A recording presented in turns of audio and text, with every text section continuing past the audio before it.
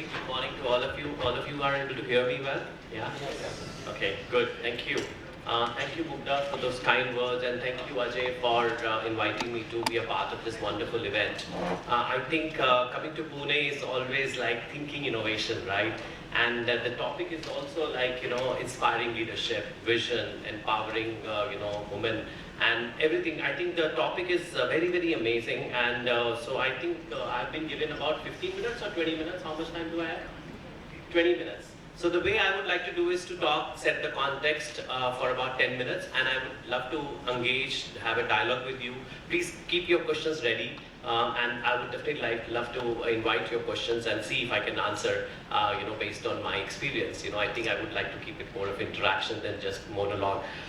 So coming to, today's, I think the talk that I would like to set the context with is 4Ds. Right, and first is disruption, the second is development, and the third is diversification, and the fourth is digital.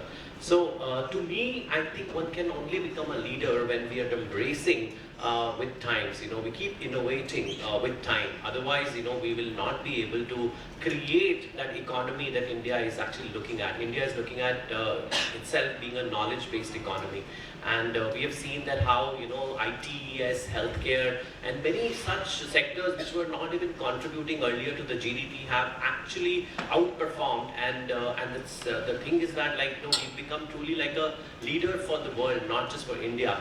And today India has the youngest population, but at the same time, I think the challenges that India will face after 20 years is going to be very different. So today what we see as young population will become the older population after 20 years. So if we don't think today, about solving those challenges that we will get in future, I think we will not be able to continue maintaining the momentum of India on a growth trajectory of what we have witnessed in terms of the growth from 5% to 7 and 9%. And I think not many economies have grown the way India has grown, and we are very, very bullish about India. So yesterday I was in Mumbai attending a very interesting event on investment outlook. I think most of the fund managers globally are so excited about India. The kind of robust policies India offers today, and the kind of returns India has generated from equity to stock market to whatever. I think no other market could have delivered that what India delivered. So first of all, I really want to congratulate you, particularly youth of today, and I think all of us are youth, because we have the spirit of giving back to the society. We have a spirit to not feel defeated, while there are mental health challenges in this country, and I think one of the major challenges India will pose, is going to be about mental health. The other challenge what we are going to be seeing in the country will be around microbial resistance. I'm not sure how much you can relate to that, but today doctors are giving antibiotics left and right, and you will see that after 20 years, we will all develop resistance. So at least let's not abuse antibiotics, because antibiotics are freely available today. So I think these are the challenges that we will actually get in 2047, 2045.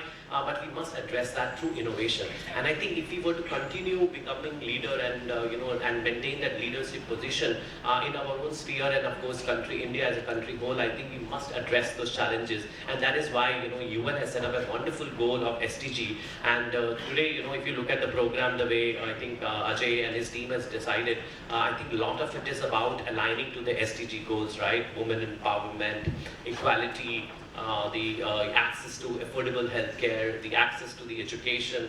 I think these are like very, very important items to discuss, deliberate. I'm also looking forward to learning from all the panelists who will be speaking, after me. But let's come to, this the 4Ds that I talked about. So one is disruption. So I'm sure we have heard this word in last 2-3 years many times than what we would have heard in our, first 20, 30 or 40 years of our upbringing. So disruption is very positive disruption. I think when we talk about disruption and development, they go hand in hand, because the way we used to work, pre-pandemic times, and pandemic has actually given us a kind of, I think, opportunity to disrupt some of the practices. The digital transformation in most of the organization was very, very limited, right? But today, I think even SMEs, some of us represent SME companies, and I have seen that how even SMEs are adopting digital transformation. And so the key to disruption is to adopt technology. And I think if we are able to embrace technology, and I think Pune has shown the way to most of us that how the technologies can be developed, at such a low price and yet available to everybody, and they are like I would say competing with the global benchmarks. And those technologies are actually today being required to actually solve day-to-day problems. Like I can give you, like I used to have such a problem with my calendar management, meeting schedule. Today I work with Calendly. It's become so, integral part of my life. Look at Zoom. We never thought Zoom is an instrument or an equipment to do meetings, right? And today Zoom has become so amazing that the notes that you get when you're doing a talk on the Zoom, and AI builds those notes, and they're so wonderful that even sometimes your team members may not be able to generate that kind of note, So I think adopting the technology and taking a disruption to the next level is very, very important. If we do not disrupt our working, within our own organization and adopt technology, we will become redundant, right? And we will not be able to contribute to the goal of, let's say, what we are looking for, because all of us have individual goals, and that is how India will lead the way forward. And I think India will not be able to achieve that goal unless we as an organization or we as an individual do not align to these goals, So disruption is one part. The other part is development. I think I have never heard a word upskilling, reskilling, and this is something which I've been hearing in last 2 years only. And government is also giving so much of focus on upskilling and reskilling. I think this is absolutely a great need.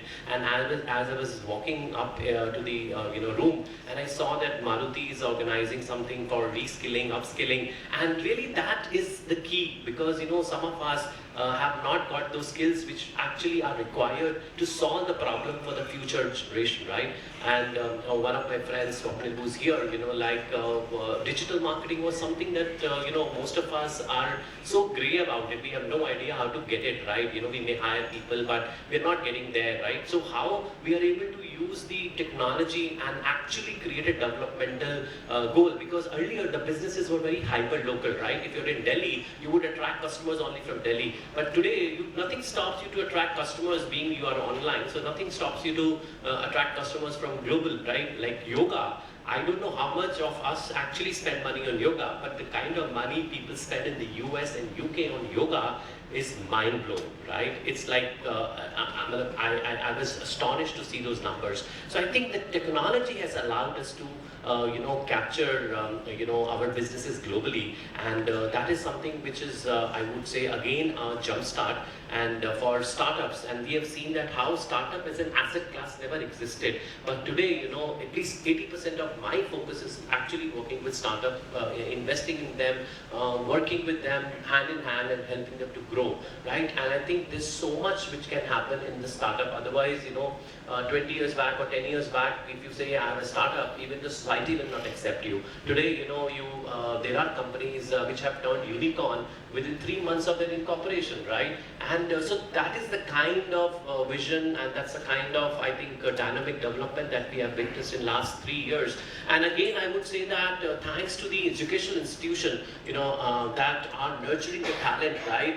So a couple of days back, I was in a university called Galgotia University, and so they have this program called AI and machine learning, and it's all like they're supposed to only study in the college for only 6 months, and 6 months internship every year, right? So by the time the talent is out, you are absorbed, because what you have got is a very industry relevant skills. So this kind of public-private partnership, this modulation of AICT, thinking in a very different direction. I was talking to Mr. Vishal about it. So, I think the government is also very keen on, making sure that we are able to embrace the technology and we are able to create the talent pool so that we continue to be harnessing us as not a product company or maybe, but harness the services economy of this country. Because if you look at ITES, it's all service. but we still do not have Google-like company in India. We still do not have Microsoft-like company. And look at the market cap. I don't know how many of you understand market cap, but it is like valuation. The valuation of one company of the US called Apple, and I'm sure all of us are very familiar with Apple or Microsoft, because like there's hardly a day you don't touch them, right? Microsoft licenses are required or Apple is required. And so the market cap of that company is equal to the entire market cap of all the companies that exist in India today. So understand, I think Pune particularly has that ecosystem to develop products, right? And service economy will take us only to a certain extent. I think some of us must think about developing products that are disruptive, right? And that is where truly we will be able to develop a company like Microsoft in not probably 5 years, probably 10 years. We must aim that there must be a global company coming out of India. And I think I'm proud that Zoho is one. They never raised any money, but it is touching, it's impacting lives all over. The third is diversification. So I have seen that, when you grow, there are two ways to grow. You acquire businesses, or you, enter into businesses what are called organic businesses. Let's say there's a company which is into IT, and suddenly you see that they also want to get into healthcare, So Manipal, I don't know how many of you know, but I can take a case study of Manipal. So Manipal as a group, and they're not my clients by the way, I've never invested in any of the portfolio companies also, but I just want you to be relating to this experience of Manipal. So Manipal has hospitals, and I'm not sure whether there is a hospital in Pune or not, but they are really catching up well, and soon you will see that they hopefully will even outpace the Apollos of the world, and they probably have 20,000 beds in the country today. Of course that's a very minimum still, considering the population India has about what is $1.4 billion. But Manipal has a technology business. They are very big in hospital. They are very big in education, right? There is a place, forgetting the name, Mangalore. So Mangalore is equal to Manipal, right? And the kind of people it has produced, like some of the, if you look at some of the companies which are doing fantastic work, like Google, probably would have 10% of the technical force, technical manpower coming from place like Mangalore, which is Manipal. And so I think that is the kind of impact, institutions are creating, and they diversify. And diversification is very important because, if you grow big, then you can't focus on one sector, because if you focus on one sector, if there is a policy change in that sector, that can impact negatively. But how do you continue either acquiring companies if you have a good balance sheet, and if you have a cash, you acquire companies. If you don't have, then start building companies which probably could be adjacencies. You are doing A work, then see if you can end up doing A plus or maybe B, so that you have that advantage of diversification, and you're able to build business.